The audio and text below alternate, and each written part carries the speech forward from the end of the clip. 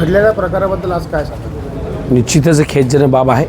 या सभागृहात सातत्यानं तिसरी वेळ माझी नगरसेवकाची आहे आणि मी जे नगरसेवक नगराध्यक्ष होऊन गेलेत फार सन्मानाचं वातावरणाचं वाटत होतं. भाजप हे अपयश पचवू शकून नाही राहिलं आणि कुठून तरी बाहेरून लोक येऊन या सभागृहाला डिस्टर्ब करत आहेत. मग ते धामणगावचे नगराध्यक्ष असतील, त्यांनाही इथे येऊन हस्तक्षेप करायचा. आता रिपोर्ट द्यायची तर नगरपालिकेची गाडी होती.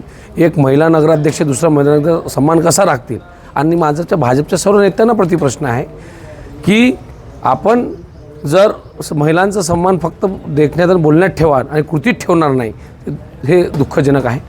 आपल्या माध्यमातून चांदूरवासियांना सांगू इच्छितो, एकही रुपया तुमच्या गावात कमी पडू देणार नाही.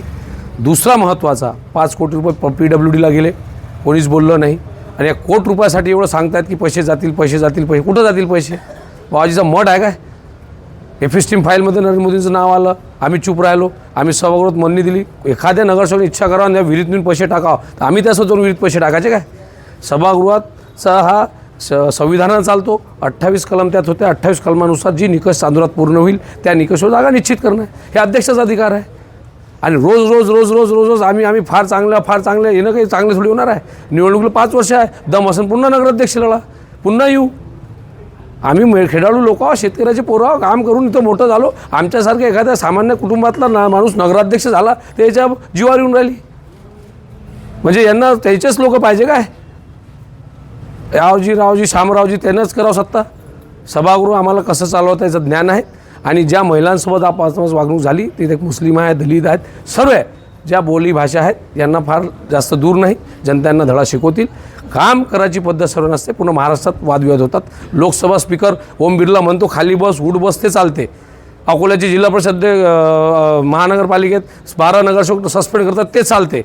आणि आमच्या नगराध्यक्षाला बस पडलं त्याला राग येऊन राहिला. आणि भोसले पद्धत बघा, ही कुठंतरी अरेरावी थांबली पाहिजे. आणि लोकांचा हस्तक्षेप, चांदूर शहर आमचं आहे.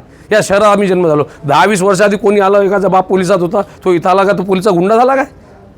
भालेरावचा बाप इथं पोलीसमध्ये होता. 15 वर्षाआधी कुटुंब इथं राहिले आले. 10 वर्षात नगरसेवक झाला का तो गावाचा मालक झाला? या गावाचा जन्म आमचा, या गावाची नस आमच्याजवळ आहे. या मातीत आम्ही घडलेलो आहोत. हे लोक सांगतील आम्हाला नगरपालिका कशी चालवायची. म्हणून सौजन्यपूर्ण वागणूक आम्ही दिली. अध्यक्ष महोदयांचं कौतुक, सर्व सभागृहाचे 10 नगरसेवक कौतुक, का ते सन्मानानं नेहमी मिटिंगला बोलवत आहेत, मिटिंगला पुढं जात आहेत. आणि याची जर भूमिका त्यांना घ्यायची नसेल तर याला घोडा मैदान दूर नाही. हे जेवढ्या बाता करून राहिले तर विधानसभाही दूर नाही आमच्यासाठी. त्यावेळेस आम्ही निश्चित त्याचा हिशोब घेऊ. चांदूर शहराचा विकास करून देण्यासाठी आम्ही कटिबद्ध आहोत. चांदूराच्या नागरिकांच्या समस्या सोडण्यासाठी कटिबद्ध आहोत. यांनी आपलं अपयश पचवावं, हार मान्य करावं की आपण हारलो आहे. 11 नगरसेवक निवडून आले का बोपनजी झाले का आम्ही म्हणून तसं झालं पाहिजे गावात? असं कुठं लिहिलं संविधानात? म्हणून ही भूमिका स्पष्ट आहे. आणि तेवढीच क्लेशदायी आजचा दिवस आमच्या सर्वांसाठी.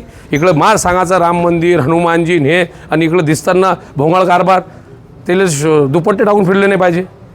महिलांचा अपमान करणं हे कुठं लिहिलं आहे? मार आपण सांगतो मोदीजी, देवेंद्र फडणवीस सातत्यानं महिला सन्मान. कुठं गेला महिला सन्मान? तुमच्या मनात काय आहे ते चर्चेत आलं पाहिजे. गावाच्या विकासासाठी चर्चा करा.